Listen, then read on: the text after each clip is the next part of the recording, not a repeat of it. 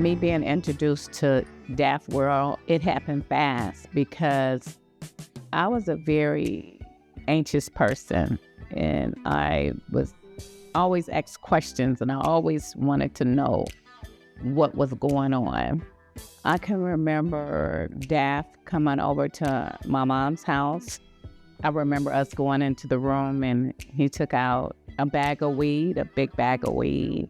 He told me to get the top to a shoebox, and I remember taking the top off a shoebox and him putting the weed there, and then he had these little Ziploc bags, and he would show me how to break the weed down and put it in Ziploc bags.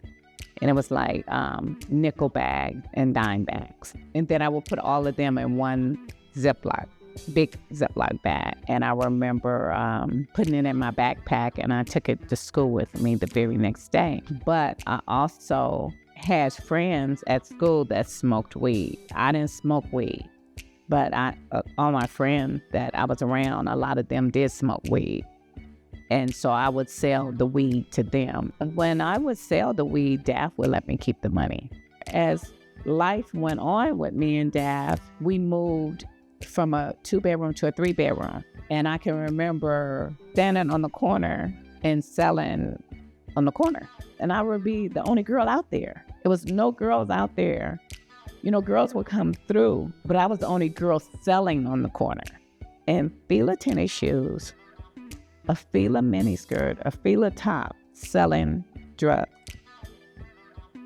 And I enjoyed doing it. I was making money. I enjoyed making money. And I was out selling the guys. I never felt scared or anything selling weed. It was an excitement to me to sell it. It was an empowerment feeling. I can remember Daff was driving through Cover City. The police pulled Daff over. And when they pulled him over, even without a search warrant, they searched his car and they arrested him.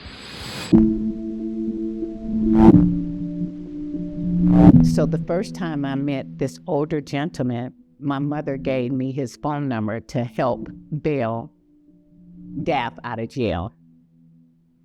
And when he pulled up to the police station to bail Daff out, he pulled up in a Rolls-Royce, a money green Rolls-Royce. And I was like, wow, that's a nice car.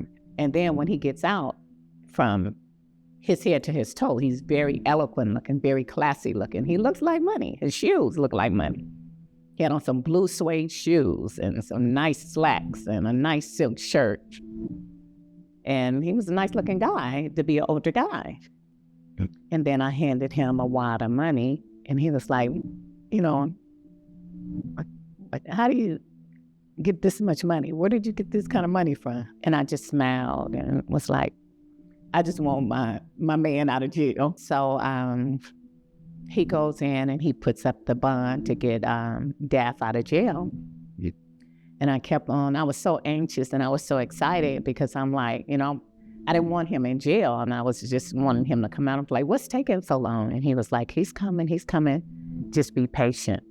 He carried a presence like JR on Dallas, in control of what he was doing. I actually didn't know who he really was, but I just said, whatever you're doing, I want to work for you. I told him I wanted to work for him. He told me to give him a call and that we would meet up and have lunch or something like that. And I can remember meeting up with him and without Daff, just to talk to him. And as time went on, I really found out what he did.